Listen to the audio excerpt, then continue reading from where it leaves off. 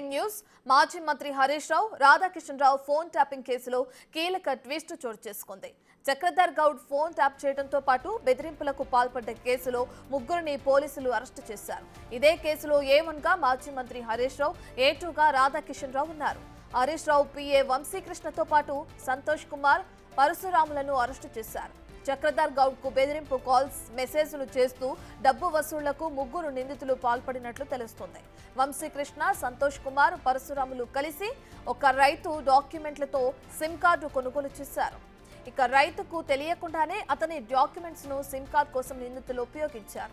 Fake SIM కార్డును ఉపయోగించి చక్రధర్ గౌడ్ కు బెదిరింపు మెసేజ్లను నిందితులు చేసినట్లు పోలీసులు చెబుతున్నారు. అయితే సిద్దిపేట నియోజకవర్గంలో సామాజిక కార్యక్రమాల్లో చక్రధర్ గౌడ్ పాల్గొనకుండా బెదిరింపులు చేసినట్లు కూడా తెలుస్తుంది. గతంలో ఆరోగ్యశ్రీలో పనిచేస్తూ అవినీతి ఆరోపణలు ఎదుర్కొన్న హరీష్ రావు PA వంశీకృష్ణను కీలక నిందితుడిగా గుర్తించారు పోలీసులు. ఆరోగ్య శాఖ మంత్రిగా హరీష్ రావు ఉన్న సమయంలో ఆయన పేషీలో వంశీకృష్ణ పనిచేసినట్లు సమాచారం.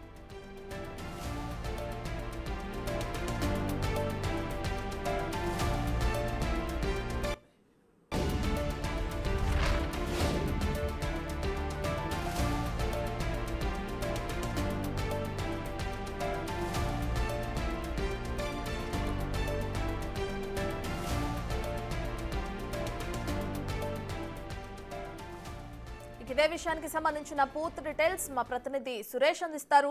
Right Suresh, Chakradhar Goud phone tapping విషయానికి సంబంధించి ఇప్పటికే బెదిరింపులకు పాల్పడ్డ కేసుకి సంబంధించి ముగ్గురిని పోలీసులు అరెస్టు చేసినట్లు తెలుస్తుంది. దానికి సంబంధించిన కేసు డీటెయిల్స్ ఏ విధంగా ఉన్నాయి సురేష్?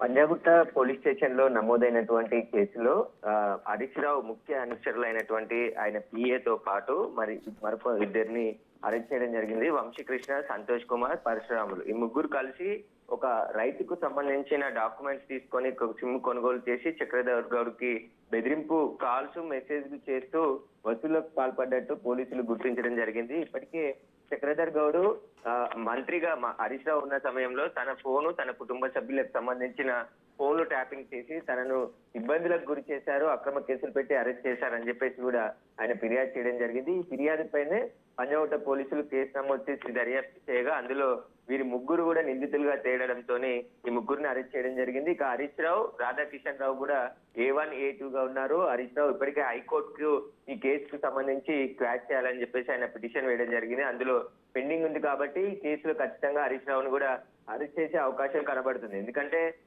హరీష్ రావుకి PAగా పనిచేసినటువంటి వంశీకృష్ణనే నిందితుడిగా తేలాడు కాబట్టి మిగతా హరీష్ రావు, రాధాకిషన్ రావు కూడా చక్రధర్ గౌడ్ ని ఇబ్బంది పెట్టినట్టుగా పోలీసులు విచారణ చేస్తున్నారు. వాటి ప్రస్తుతానికి ఇప్పుడు ఈ ఫోన్ ట్యాపింగ్ కేసుతో పాటు చక్రధర్ గౌడ్ కు సంబంధించిన బెదిరింపుల కేసులో ఈ ముగ్గురిని కూడా నిన్న అరెస్ట్ చేసి రిమాండ్ కూడా తరలించడం జరిగింది పంజాగుట్ట పోలీసులు. ఫర్దర్ గా ఇన్వెస్టిగేషన్ చేస్తున్నామని చెప్పేసి కూడా పోలీసులు చెప్తున్నారు. అయితే సిద్దిపేట నియోజకవర్గంలో చక్రధర్ గౌడ్ చాలా కీలకంగా పనిచేశాడు. సామాజిక కార్యక్రమాలతో పాటు పలు స్వచ్ఛందంగా సంస్థకు సంబంధించిన సేవా కార్యక్రమాలు కూడా చక్రధర్ గౌడ్ చేస్తూ యాక్టివ్ గా సిద్దిపేటలో తిరుగుతున్న సమయంలోనే తనని ఎలాగైనా అక్కడి నుంచి పంపించాలని చెప్పేసి కూడా ఈ బెదిరింపు కాల్స్, ఈ బ్లాక్ మెయిల్స్ ఇవన్నీ కూడా చేసినట్టు పోలీసుల దర్యాప్తులో తేలింది. వీటికి సంబంధించి ఇప్పుడు పోలీసులు ఫర్దర్ గా ఇన్వెస్టిగేషన్ చేస్తున్నారు. ఇంకా ఎవరెవరు నిందితులుగా ఉన్నారు. ఎందుకంటే హరీష్ రావు PA వంశీకృష్ణతో పాటు సంతోష్ కుమార్, పరశురామ్ కూడా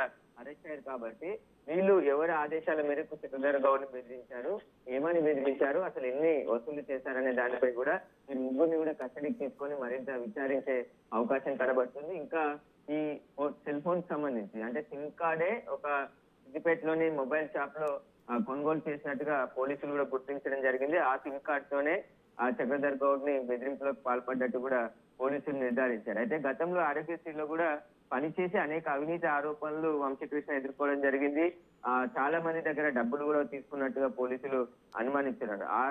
ఆ కేసులో కూడా వంశీకృష్ణని కస్టడీకి తీసుకుని విచారించే అవకాశం కనబడుతుంది. ఓవరాల్ గా ఈ ఫోన్ ట్యాపింగ్ కి సంబంధించి మరో బిగ్ ట్విస్ట్ అనుకోవాలి. ఎందుకంటే అనేక మందిని బెదిరింపులకు పాల్పడి బెదిరించారు, బ్లాక్ మెయిల్ చేశారనే పోలీసుల అధికారులను కూడా అరెస్ట్ చేసి రిమాండ్ తరలించారు పంజాగుట్ట కేసులోనే. ఇప్పుడు తాజాగా హరీష్ రావుకు సంబంధించిన కేసులో ఇప్పుడు ముగ్గురు అరెస్ట్ కావడం కీలకంగా విషయాలు బయటకు వచ్చే అవకాశం కూడా కనబడుతుంది. రైట్ సురేష్, అయితే ఇప్పటికే ముగ్గురిని అరెస్ట్ చేయడం మనం చూస్తున్నాం. తదుపరి విచారణ ఏ విధంగా కొనసాగే అవకాశం ఉంది సురేష్? చక్రధర్ గౌడ్ అనేక విషయాలు పంజాగుట్ట పోలీసులకి ఎవిడెన్స్ తో సహా అందించడం జరిగింది. తన కుటుంబంతో పాటు తన స్నేహితులు, తన వ్యాపార పార్ట్నర్స్, తన ఫోన్ చాలా మంది ఫోన్లని ఫోన్ ట్యాపింగ్ చేశారు. అక్రమంగా బెదిరింపులకు పాల్పడ్డారు. మేము ఎక్కడికి వెళ్ళినా అక్కడికి వచ్చి అంటే మా మూవ్మెంట్ అంతా కూడా ఫోన్ ట్యాపింగ్ ద్వారానే వారికి తెలిసింది. రాధాకృష్ణారావు కీలకంగా వ్యవహరించాడు. అప్పటి మంత్రి హరీష్ రావు ఆదేశాల మేరకు ఆయన చేసి ఉంటారు కాబట్టి ఆయనకు సంబంధించి కూడా కేసు నమోదు చేశారు. ఇప్పుడు హరీష్ రావు A1 గా ఈ కేసులో ఉన్నాడు, A2 గా రాధాకిషన్ రావు ఉన్నాడు. రాధాకిషన్ రావు బంజారాహిల్స్ అంటే పంజాగుట్ట పోలీస్ స్టేషన్ లోనే ఫోన్ ట్యాపింగ్ కేసులో బెయిల్ పై బయటకు వచ్చాడు. ఈ కేసులో పోలీసులు అరెస్ట్ చేసే అవకాశం ఉంటుంది. ఈ కేసులో అరెస్ట్ చేయొద్దని చెప్పేసి ముందస్తు బెయిల్ ఇవ్వాలని చెప్పేసి కూడా హైకోర్టులో రాధాకిషన్ రావు కూడా బెయిల్ పిటిషన్ దాఖలు చేయడం జరిగింది.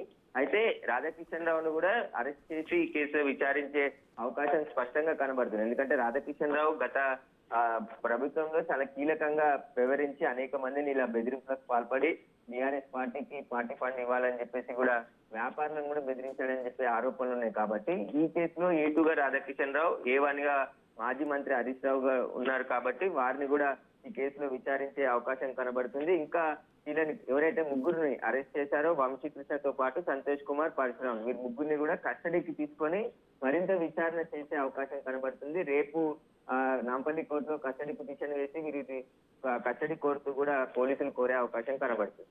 Right, thank you Suresh.